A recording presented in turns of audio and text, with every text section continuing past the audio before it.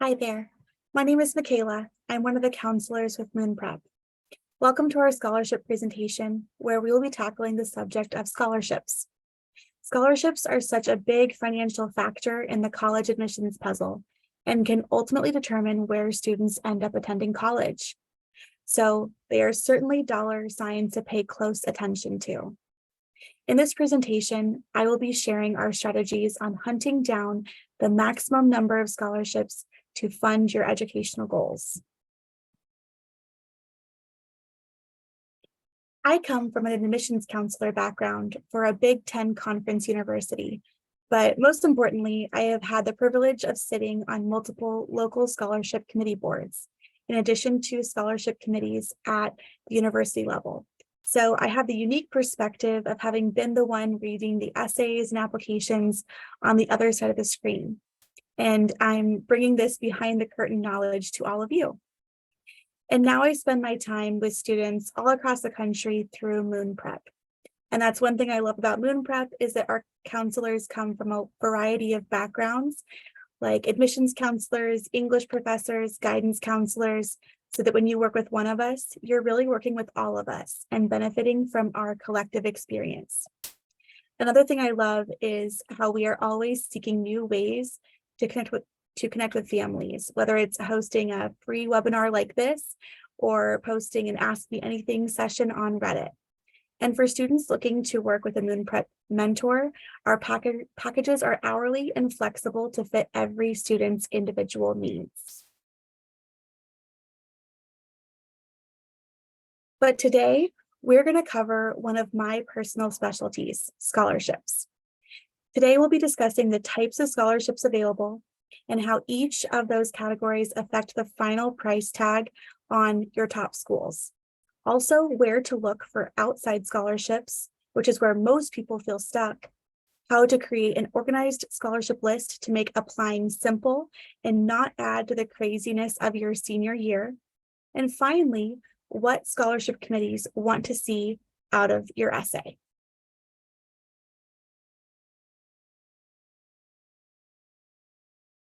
So why do we need scholarships?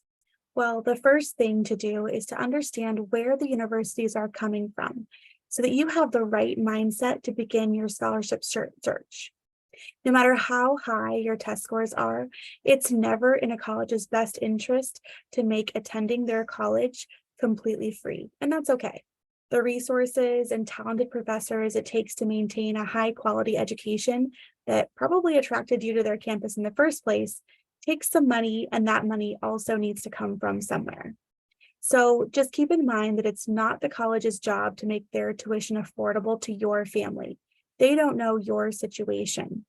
Their job is to do the right research to price their tuition and then participate in need-based aid programs like the FAFSA or the CSS profile for private colleges to allow families to afford their tuition. Every college has their own pricing equation. After pricing their published tuition, which is also called the cost of attendance, along with housing and books, colleges decide on academic scholarships to offer. Essentially, how much they can offer in scholarships at which academic benchmarks. This is something they consider when pricing their tuition in the first place, like estimating how many applicants will have a 31 ACT, because if they're offering a full ride scholarship to applicants who have a 22 ACT, then almost everyone attending their school would be for free, and that simply won't work. So this is a good starting point, just knowing that the money to maintain a campus and continuing to attract top professors and top applicants has to come from somewhere. And a big answer to that is tuition. Again, it's just never in a school's interest to give their education away, which is why even full ride academic scholarships rarely cover housing and books as well. So after considering a school's cost of attendance, which again should equal the average cost it takes to attend school for 1 year with everything included, it's up to your family where the rest of those funds will come from. But thankfully, again, scholarships, especially outside scholarships, are a great answer to that. They can bridge that financial gap. So let's discuss the type of scholarships first before I start throwing around more terms at you and talking about essays. There are lots of different ways to categorize these scholarships, but we're going to keep things simple for now and then get to the complicated things a little bit later.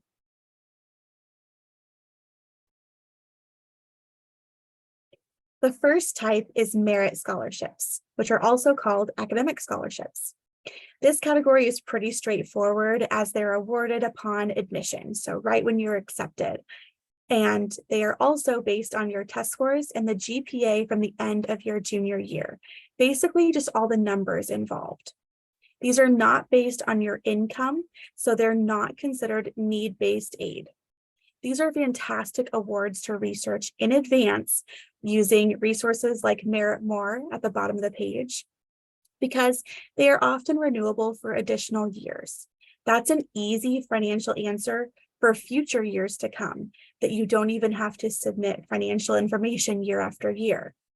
And if you begin researching your top schools early enough, you can set goals for yourself for test scores before applying. For instance, the difference between a 28 ACT or a 30 ACT might mean an extra $3,000. Maybe it's only one extra time taking that test.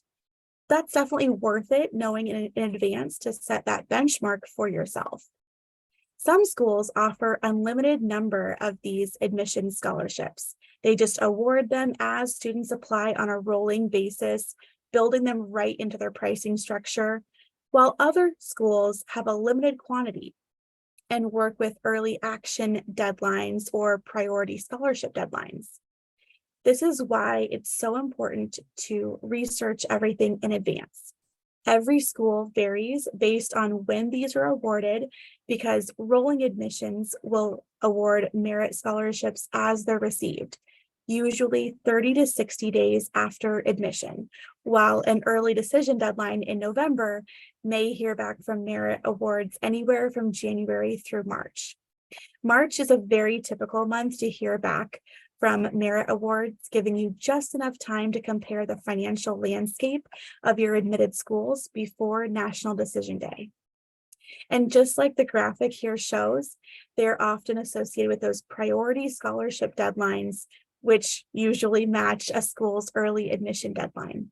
So it's important to watch out for those deadlines during the entire admissions process to not miss out on any money that you have earned and that you are owed. There's a lot of more information out there about merit scholarships, but many answers are going to be based on the individual school. So it's really up to you to do a lot of research in advance. So for rising seniors, that research can start right now. And again, the big things to note here are that they are the earliest scholarships you'll probably hear back from, so they likely will have the biggest impact on your financial decision on schools. And again, they're usually renewable, so they have the potential to have the most long-term financial impact too.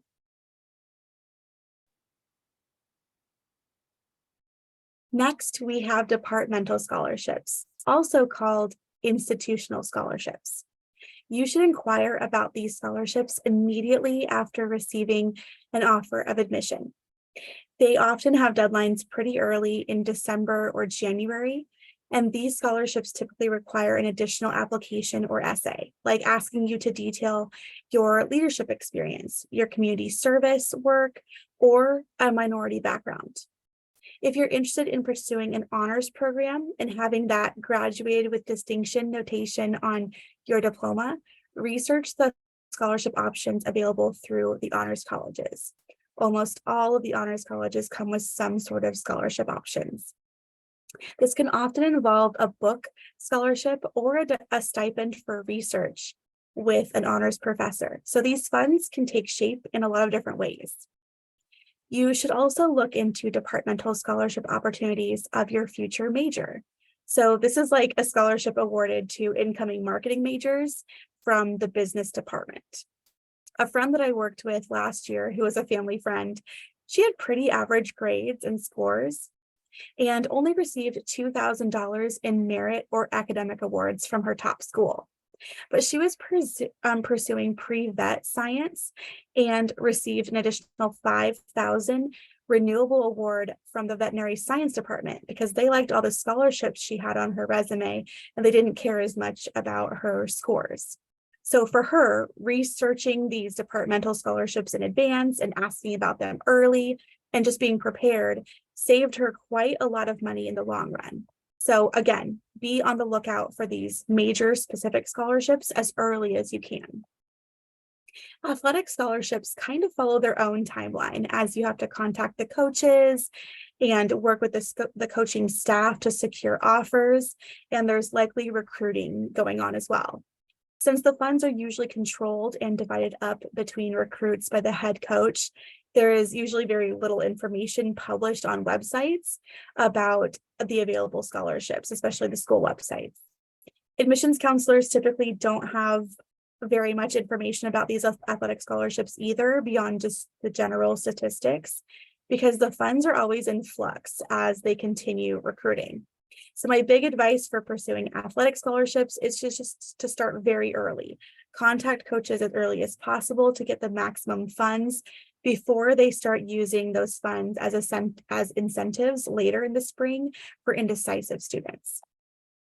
And then transfer scholarships are another strange sector because there are very typically limited awards available.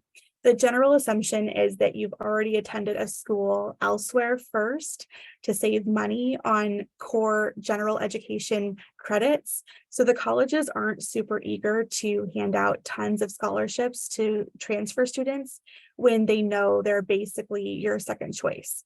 For instance, the state college I worked for, the state university I worked for, we offered full merit scholarships, a full ride scholarship for anyone that had a 32 ACT and above.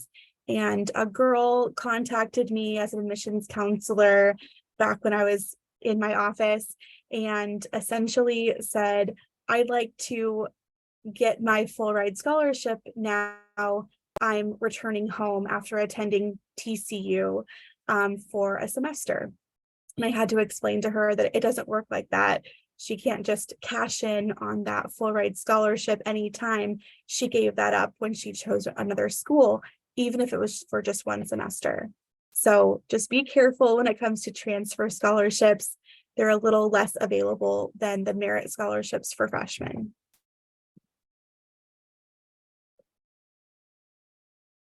So what about all those other terms you hear thrown around when it comes to scholarships and merit aid, like the FAFSA and need-based aid and work study and the CSS profile? Well, a lot of this is based on need or your income, and there is a lot of information that goes into breaking down all of these different things. And so for today, we want to keep this content focused on scholarships. But for now, my advice regarding need-based aid is that there are many families out there who don't believe they will qualify for aid. They don't apply at all, when they actually would be surprised what they would qualify for, especially if they have 2 kids in college or they live in a certain part of the state or a certain state sending a student out of state for college. I have seen many, many families who were not planning to submit the FAFSA or the CSS profile be very surprised by what they qualified for. Since it certainly doesn't hurt anything, my advice is to apply for aid right away when the FAFSA opens on October 1st, just to get the maximum amount of aid. Another fun fact is that if a school you're interested in has the CSS profile, this form has different requirements and benchmarks than the FAFSA. So families who wouldn't qualify for aid under the FAFSA would often earn aid with the CSS profile. It's just a thought, and it never hurts to apply. Work study programs in particular are one avenue that allowed me personally to pay a significant portion of my tuition. You're typically given an amount that you qualify for based on your need, and then you work a campus job. Every school is different, but my school allowed all of my paycheck or half of my paycheck to go towards my tuition account. And then once the money that I qualified for was met, I just began receiving a normal paycheck. Nowadays, most schools prefer just to give you a regular paycheck from the beginning to use at your discretion to save. And in this case, a great rule of thumb is to apply half of your earnings directly to your tuition bill, so you don't even have the opportunity to spend it. Take my advice from that.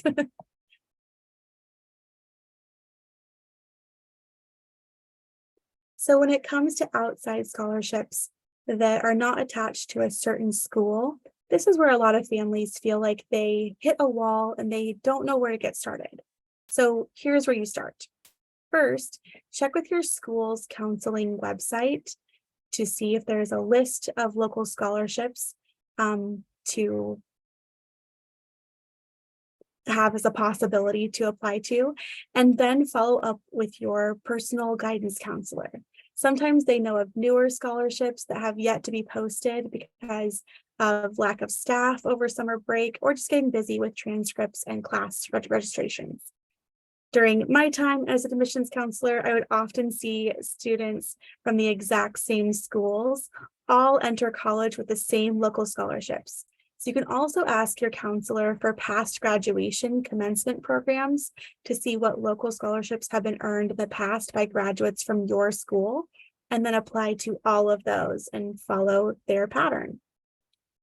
Next, you can branch out a little bit more and check the websites at all the other schools around your region. Private scholarships from small businesses tend to only contact the high school they attended to post their scholarship, when in reality, there might be only a few applicants from that exact school, and the local company's preference may simply be to award a local student, regardless of which high school they attended. Just be careful to check the wording and not miss out on a great opportunity. It's important to note that with all of these local scholarships, some do prefer their money to stay in state and may have a stipulation that the recipient attend a local college. But again, just check the wording on the scholarship application in advance before you start applying. Next, we're going to widen our search away from schools a little bit, but still stay local. We need to research local organizations that offer scholarships. And this is where becoming an expert in your area will really pay off. Again, this is a great place to find scholarships with less competition, which just means a higher chance of snagging them. These are organizations like Boy Scouts, Elks Club, Rotary Clubs, Toastmasters, 4-H, churches, and especially local nonprofits. In my city, there's a great scholarship through a local independent business association where they award like 40 scholarships each year. Lastly, you can search the word scholarships on the websites of every local radio and TV station in the area to find some surprising hidden gems. It's likely they're doing short advertisements on their stations, but you don't have time to be listening to every radio station and every TV station all year round for these little ads. So just search the word scholarships on their websites. Next, we're going to branch out a little bit further and look into local businesses that have national chapters. The best way to describe this is by giving you an example. If your area has a junior achievement chapter, which is a national educational nonprofit, you'll notice that their office offers local scholarships to area high school students for students who have attended a sponsored event, but there's also larger national scholarships listed on their JAUSA website. So you could potentially win 2 scholarships for meeting the same criteria. Lastly, we have national scholarships. These often have the most competition, but if you search and scour the internet, you're definitely likely to find the most variety here. This group also has the highest likelihood of having scholarships for current college students. If you have older siblings or want to apply to outside scholarships each year that you're in college. Websites like FastWeb and scholarships.com, they allow you to search by major, allowing you to be more specific in your searches. And other websites include Unigo, Scholarship Monkey, niche.com, And then in addition to these big websites, I simply recommend a good old-fashioned Google search for terms like engineering scholarships. I was giving a speech at a local junior animal science group last year, and I found over 25 scholarships just for horse owners looking through random websites in a Google search. This was a lot more than the only 5 animal science scholarships that I found on those big search engines. So just a good old-fashioned Google search can take you a long way as well. At this point, we're adding all these scholarships and where to find them, and this is a great segue into how to organize them.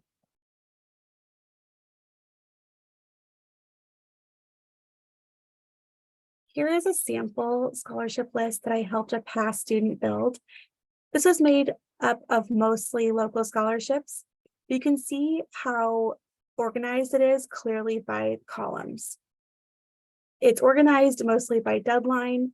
It also includes the name of the scholarship and the amount, and then also which essay that was written would be able to be applied to this scholarship, the essay prompt to keep everything straight, and the word count, as well as the link to apply. In this particular sample scholarship list, there was also another tab to this spreadsheet that had all of the essay content all ready to go based on the name. So the Georgia State essay would have the entire essay ready to go. The Georgia Tech essay had that essay all ready to go, so that all that student had to do was click the link to apply, and then everything else was all ready for him in this spreadsheet. And thankfully, the essay prompts for these private scholarships rarely change. So you can write them way in advance if you want, and there's a very low likelihood that you'll be writing an essay that won't be used.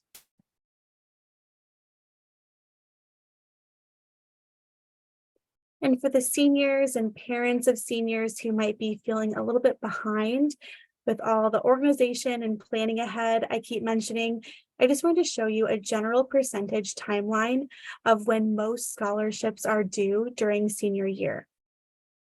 No matter where you are in the college admissions cycle, you have plenty of time to focus on these college deadlines, especially the early admission college applications, and then focus on those spring scholarship deadlines.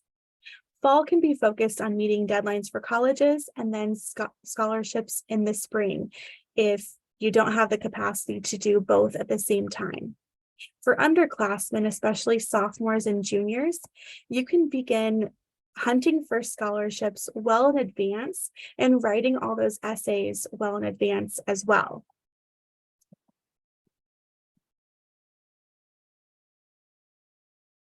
I'd like to spend some time sharing a few tips for you when you're going after those big national outside scholarships. To be honest, there can be some fake awards out there, just trying to get your information to sell to other companies. You can usually easily spot these because they are the text to win and no essay and sweepstakes scholarships. And I'm not saying that every scholarship out there with these terms or ones that are lacking an essay is a scam, but a scholarship committee who is being responsible with their organization's funds will want to reward a deserving student. And that's pretty hard to determine through just a text to win. So to avoid getting scammed or spammed, go ahead and set up a new email address to use when applying to scholarships. It doesn't need to be the same email address that you're using to apply to colleges. Just check it once a week and you're fine. It doesn't need to be a main email address. Same goes for the accounts that you create on FastWeb and other websites. You can use the same email and just designate it as your scholarship email address. And you should also never pay a fee to get access to these scholarships either on any of those websites. And also start early. And just like other students who avoid applying to scholarships with essays because they're too much work, Most students also skip over scholarships that are less than $10,000 because they think those are not worth their time. But as someone who only won smaller scholarships and just stacked them on top of one another to chip away at my own tuition, I'm here that they are worth your time because, again, there's less competition on those. And 10 $1,000 scholarships is still $10,000. And $10,000 is definitely worth your time. $1,000 is even worth your time. Scholarship searching and applying does not need to take over your entire life. Plan to spend an hour or two each week alternating looking for new scholarships and applying to upcoming scholarship deadlines. Do this in manageable doses. Just throw on a rerun of Friends or The Office every Sunday night and knock out some scholarships every week. Just build this into your weekly schedule so it becomes a habit that can earn you money. I also want to take a moment to talk about the role of parents in all of this. After spending a career speaking to students about scholarship and admissions, I've seen countless blank stares when loans are mentioned. No matter how early you have started the financial conversation with your child, they simply don't have the life experience to understand the ramifications of loans and tuition. I highly encourage becoming involved in the scholarship search. Know in advance what essays your child will be writing for college applications, especially those smaller supplemental essays for college, so you can also help them search for scholarships that match those essay prompts to easily recycle essays. Turn this into a family competition or bonding time of whether you or your child can find the most scholarships in one sitting. Use it as bonding time and a time of encouragement of their educational dreams. Sit side by side watching a Netflix show and show them how much you want to come alongside them to make their educational dreams happen as a team effort. And so let's talk a little bit about essays too, since we've already covered the fact that scholarships without essays are a little less worth your time since everyone else is going to be going after those easy ones. We also need to cover what scholarship committees are going to be looking for in your essay. First, cater to your audience. What I mean by this is pay attention to the company offering the scholarship. For example, when I sat on that independent business scholarship board back in the day, the essays written about starting their own lawn mowing business always won over essays describing a passion for nursing and helping others, because it was the audience of the Independent Business Association that mattered. That being said, it's important to show your personality and be creative. So many students are not very skilled writers yet. You haven't been to college to develop those skills, and their essays kind of read like an extended resume. Like, my name is blank, and for the past 2 summers, I've taught piano lessons. It just isn't a thrilling opening to an essay. Now, imagine reading 20 essays like that last one I just mentioned, and then flipping the page to read, "When my fingertips touch ivory, I feel more at home than when I walk in my front door." That's such a better way to talk about teaching piano lessons. It's a more intriguing opening, and any chance you have to brighten the reader's day will stand out in the best way and get your essay noticed. Finally, we have what I call the grocery store analogy. What I mean by this is that scholarship applications, they're not as extensive as a college application. They have less time to get to know you. They don't have a further chance of getting to know you outside the essay and a brief resume and maybe a transcript. So the essay is really your only chance to show your personality. So imagine your scholarship essay is like essentially walking up to someone in a grocery store and handing them your essay and asking them if they like that essay, if they would give you $20 towards your college fund. And in the big picture of things, it's kind of what submitting a scholarship application is like. You're just submitting an essay and hoping for money. So again, just picture that analogy happening with each one of your essays and just make sure that analogy works for the essays you submit. Many places will try to sell you their amazing method on finding scholarships, like there's a big secret. Well, the big secret is just it takes some time, organization, legwork, and some cooperation of your family, buy-in from your parents. And like most things that seem overwhelming at first, it's really just best to start small, applying for the scholarships with the least amount of competition first, and building outward from there. Again, just remember these applications are likely going to ask for an activities resume, general information about your high school, an essay, and then maybe half of them ask for a teacher recommendation. So just start thinking about which teacher you would ask now. And just remember, if you're a little intimidated by the requirements they're listing, other students will be too. So don't shy away from a scholarship that has an essay or that's only $500 or $1,000. This is where the big money is, in the scholarships that every other student is too busy or lazy to finish because they're a little bit more work and require some paperwork. For each requirement on that application, imagine another opponent dropping out of the race for that scholarship. So just apply to anything and everything you can remotely relate to and submit those applications to get scholarship success.